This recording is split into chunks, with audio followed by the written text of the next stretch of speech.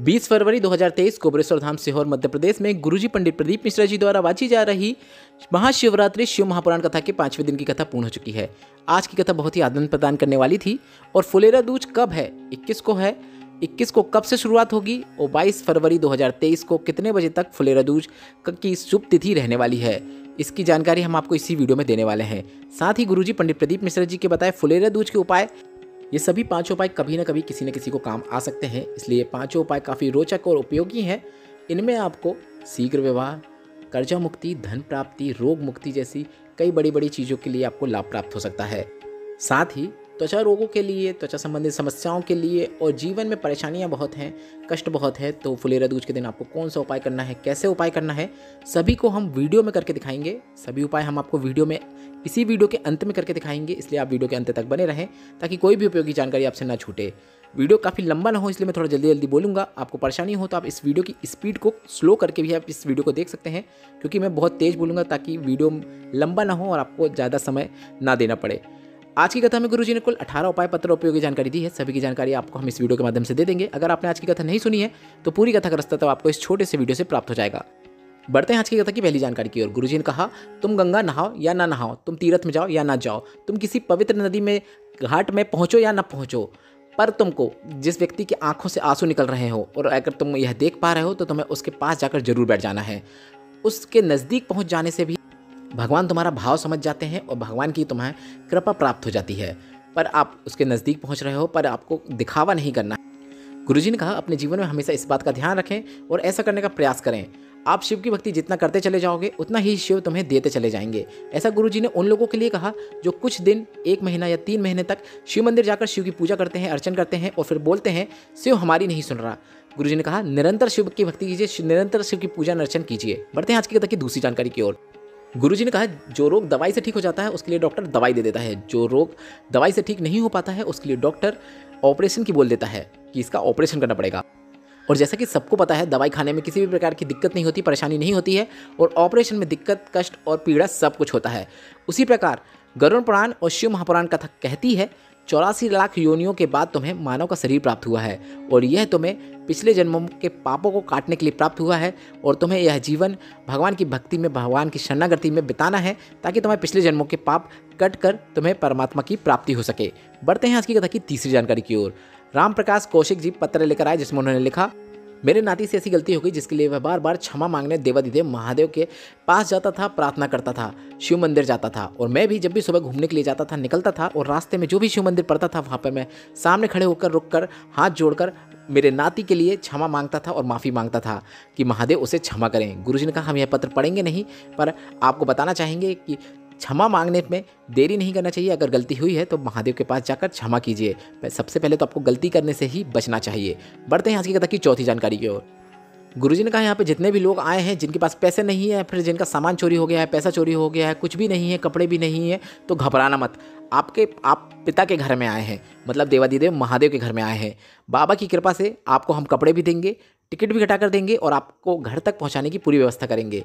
आपको कपड़े भी लेकर देंगे और आप चाहे 5,000 हो, 10,000 हो, 20,000 हो, चाहे 30,000 लोग हों, सभी के लिए हम यह कार्य करने के लिए तत्पर हैं, क्योंकि देवाधिदेव महादेव कुबेर भंडारी के द्वार से कोई भी खाली नहीं जा सकता और ऐसी समस्या आने पर सबका मदद करने का फर्ज है। बढ़ते हैं आज की कथा की पांचवी जानकारी की ओर। गुरुजी ने कहा, जीवन में लगे कोई रास्ता नहीं दिख रहा हो, कुछ समझ नहीं आ रहा हो, क्या करें क्या ना करें, कुछ भी समझ में नहीं आ रहा है, तो आपको वहीं पर बैठकर या फिर शिवालय में जाकर, जहाँ पर आप हैं वहीं पर बैठकर या फिर शिवालय में जाकर श्री शिवाय नमस्तुभ्यं मंत्र का जाप करना है। आपको लगे तो पंचाक्षर मंत्र का भी जाप कर सकते हैं, नमः शिवाय, या फिर आप षडाक्षर मंत्र ओम नमः शिवाय मंत्र का भी जाप कर सकते हैं। यह आप कभी भी कहीं पर भी कर सकते हैं, भगवान की भक्ति में लीन होकर कर सकते हैं। बढ़ते हैं आज की कथा की छठवीं जानकारी की ओर। प्रीति श्रीवास्तव जी दिल्ली से पत्र लेकर आए जिसमें उन्होंने लिखा, शादी के 12 वर्ष हो गए थे, सभी डॉक्टरों को दिखाया था पर संतान का सुख नहीं था, IVF भी कराया था पर कुछ फायदा नहीं हुआ, सब अपशब्द भी बोलने लगे थे। फिर किसी ने टीवी में आपकी कथा देखने को कहा, शिव महापुराण कथा सुनने को कहा, आपके बताए उपाय को करने को कहा। हमें बिल्कुल विश्वास नहीं था क्योंकि हम इस प्रकार के उपायों और अंधविश्वास में नहीं आते थे। फिर हमने कहा कि एक बार क्यों ना देख लिया जाए। फिर हमने एक बार शिव महापुराण की कथा देखी, टीवी में ही कथा देखी, कथा सुना और आपका बताया तुमरुका जी का वर्णन सुना, सफ़ेद आंकड़े की जड़ का उपाय सुना, शिवलिंग पर जल चढ़ाने का महत्व बताया था आपने, वह सुना। तो हमने कहा हमारे पति से कि ऐसा करने में क्या गलत है, शिवलिंग पर जल ही तो चढ़ाना है। इसमें क्या गलत है? तो हम पति पत्नी दोनों शिवलिंग पर जाकर रोज जल चढ़ाने लगे और आपके बताए अनुसार तुमरुका जी का नाम लेते हुए सफेद आंकड़े की जड़ वाला उपाय भी किया और भगवान की कृपा से, भोलेनाथ की कृपा से हमें संतान की प्राप्ति हुई है। उसी संतान को लेकर मैं इस कथा पंडाल में आई हूँ, आभार व्यक्त करना चाहती हूँ। बढ़ते हैं आज की कथा की 7वीं जानकारी की ओर। अर्चना जी पत्र लेकर आई जिसमें उन्होंने लिखा, मेरी पूरी जिंदगी कुबरेश्वर बाबा ने बदल दी। मेरी शादी के 6 वर्ष हो गए थे और डॉक्टर ने कह दिया था आपको प्रॉब्लम है, संतान सुख नहीं है। IVF का भी सहारा लिया पर उसमें भी संतान सुख नहीं मिला। तभी मेरी माँ ने और मेरी मौसी ने हिम्मत बढ़ाई और कहा पशुपतिनाथ व्रत करो और सीहोर चली जाओ। और मैंने भी ऐसा ही किया। सीहोर गई, वहाँ भगवान तो नहीं थे पर कंकड़ रूपी शंकर थे। वहाँ पर मैंने कंकड़ रूपी शंकर से निवेदन किया और 2022 में रुद्राक्ष महोत्सव में आई। तब मेरे पास संतान नहीं थी। रुद्राक्ष महोत्सव में आकर भी मुझे रुद्राक्ष नहीं मिला था। फिर हम वहाँ पर कंकड़ रूपी शंकर से ही प्रार्थना करके विनती करके आ गए और बाबा की कृपा से मेरा गर्भ ठहर गया और आज मैं इस रुद्राक्ष महोत्सव में बच्चे को लेकर कथा पंडाल में आई हूँ और कथा का आनंद प्राप्त कर रही हूँ। बढ़ते हैं आज की कथा की 8वीं जानकारी की ओर। संध्या जी पत्र लेकर आई जिसमें उन्होंने लिखा, हमारी मौसी को पता चला कि उनकी आहार नली में कैंसर हो गया है। उनका इलाज शुरू हो गया और हमने आपके बताए अनुसार दवाइयाँ ले आए और दवाइयों को भी कुंदकेश्वर महादेव का नाम लेते हुए खाने लगे। हमने उनके लिए पशुपतिनाथ व्रत भी किया और इसके बाद औषधि रूप में जो दवाई ले रहे थे उसने अपना कार्य करने लगा और रोज़ मंदिर में जाकर शिवलिंग पर जल चढ़ाते और बेलपत्र चढ़ाते और शिवलिंग पर चढ़े हुए जल और बेलपत्र को भी हमारी मौसी को देना प्रारंभ कर दिया। ऐसा कुछ दिनों के करने के बाद हमने फिर से डॉक्टर के पास जाकर जांच कराई तो डॉक्टर भी हैरान थे कि उनकी रिपोर्ट नॉर्मल कैसे आ गई। उसी का आभार व्यक्त करने कथा पंडाल में आए हैं। बढ़ते हैं आज की कथा की 9वीं जानकारी की ओर। ज्ञानमाला जी पत्र लेकर आई जिसमें उन्होंने लिखा, मेरी पोती जो 5 वर्ष की है उसे जन्म से ही गले में गठान थी। डॉक्टर को दिखाया पर आराम नहीं मिल रहा था। कई डॉक्टर बदल दिए पर कुछ भी आराम नहीं हुआ। कईयों ने तो बड़ी बीमारी भी बता दिया था। कुछ ने ऑपरेशन की बोल दिया था और यहाँ तक रिस्क बताया था कि ऑपरेशन करने के बाद भी गठान फिर से भी हो सकती है। ऐसा कुछ नहीं कह सकते। इसके बाद हमने शिव महापुराण कथा आपकी सुनना प्रारंभ किया और पोती के लिए मैंने पशुपतिनाथ व्रत किया। शिवलिंग पर जल चढ़ा देती और वह जल पोती को पिला देती। पशुपतिनाथ व्रत के ये 3 दिन ही हुए थे कि सोते समय उसकी गठान फट गई और पूरी मवाद बाहर निकल गई। इसके बाद हमने डॉक्टर को दिखाया तो डॉक्टर ने कहा अब वह पूरी तरीके से ठीक हो गई है और उसे ऑपरेशन की भी जरूरत नहीं है। उसी का आभार व्यक्त करने में कथा पंडाल में आई हूँ। बढ़ते हैं आज की कथा की 10वीं जानकारी की ओर। फुलेरा दूज के उपाय शुरू करने से पहले मैं आपको बता दूं कि फुलेरा दूज कब से कब तक है, ताकि आपको इसके उपाय करने में कोई भी दिक्कत का सामना ना करना पड़े और आपको सही सही समय भी पता चल जाए कि फुलेरा दूज कब से, कितनी बजे से, कितनी तारीख से कितने बजे तक रहने वाला है।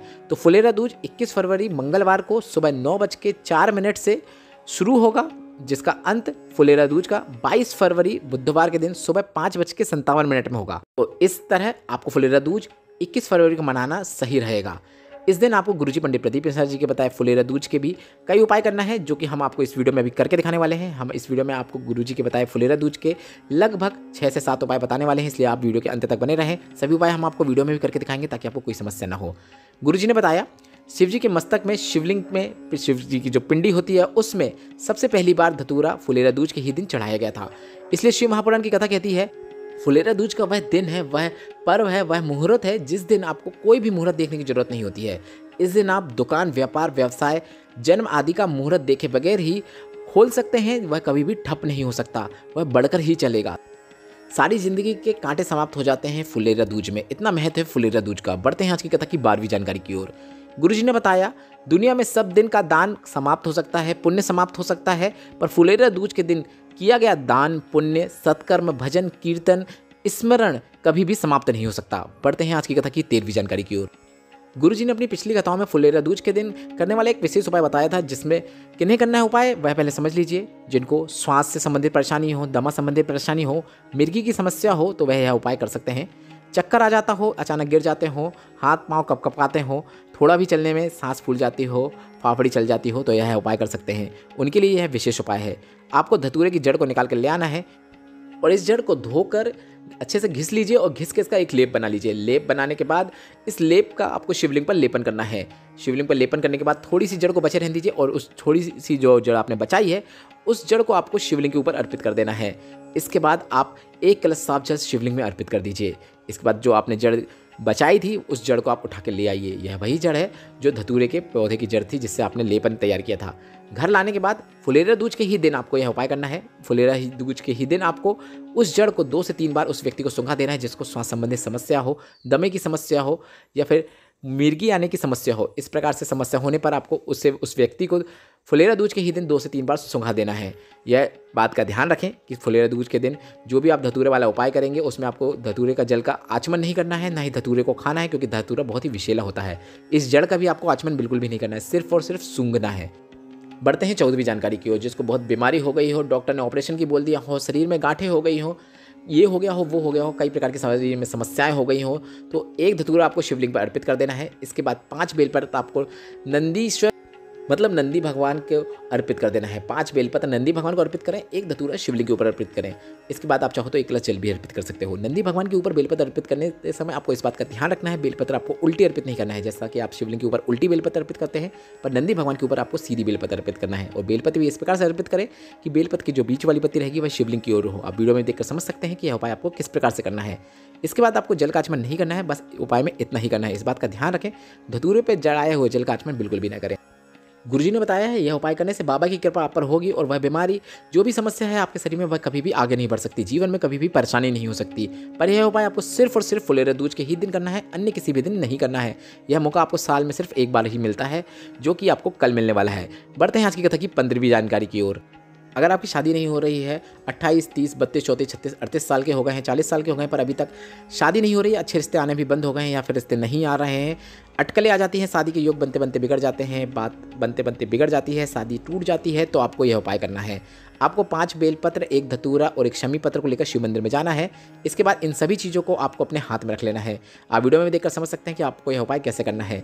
और आपको अपना नाम और गोत्र बोलते हुए श्री शिवाय नमस्तुभ्यं मंत्र का जाप करते हुए इन सभी चीज़ों को माता सुख सुंदरी के स्थान पर अर्पित कर देना है। किस प्रकार से अर्पित करना है आप वीडियो में भी देखकर समझ सकते हैं। यह उपाय साल में सिर्फ एक ही दिन किया जाता है, क्योंकि माता अशोक सुंदरी के स्थान पर धतूरा सिर्फ साल में एक ही दिन फुलेरा दूज के ही दिन अर्पित किया जाता है।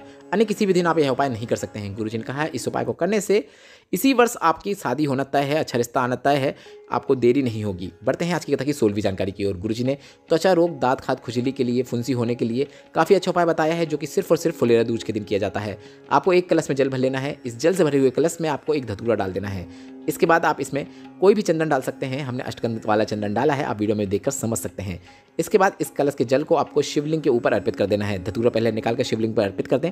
इसके बाद जल से भरे हुए कलश का जल पूरा शिवलिंग पर अर्पित कर दें। जल अर्पित करते समय आप श्री शिवाय नमस्तुभ्यं मंत्र का भी जाप कर सकते हैं। कुंदकेश्वर महादेव का नाम भी ले सकते हैं। जल अर्पित करने के बाद थोड़ा सा जल प्राप्त कर लेना है। अपने कलश में थोड़ा सा जल प्राप्त कर लें और इस प्राप्त किए हुए जल को आप अपनी परेशानी में लगा लें। जहाँ पर भी आपको समस्या है, त्वचा रोग है, वहाँ पर लगा लें। गुरुजी ने बताया है इस उपाय को करने से आपको लाभ 3 महीने के अंदर ही देखने को मिल जाता है। यह उपाय भी सिर्फ और सिर्फ फुलेरा दूज के ही दिन किया जाता है। बढ़ते हैं 17वीं जानकारी की ओर। दुख हो, तकलीफ हो, कष्ट हो तो आपको यह प्रयास करना है, 1 धतूरा शिवलिंग पर अर्पित करना है। गुरुजी ने कहा है जीवन में बहुत कष्ट हो, तकलीफ हो, कुछ समझ नहीं आ रहा हो क्या करें या क्या ना करें, तो आपको फुलेरा दूज के दिन शिव मंदिर में जाकर 1 धतूरा शिवलिंग के ऊपर अर्पित कर देना है। इसके बाद इसी धतूरे के ऊपर आपको 1 कलश जल अर्पित कर देना है। बस इतना ही करना है। गुरुजी ने बताया था कर्जा मुक्ति के लिए आपको यह उपाय करना है, पर कर्जा मुक्ति के लिए सबसे ज़्यादा जरूरत होती है धन की। धन आएगा तभी तो कर्जा मुक्ति होगी। तो धन प्राप्ति के लिए भी आप यह उपाय कर सकते हैं, कर्जा मुक्ति के लिए भी आप यह उपाय कर सकते हैं।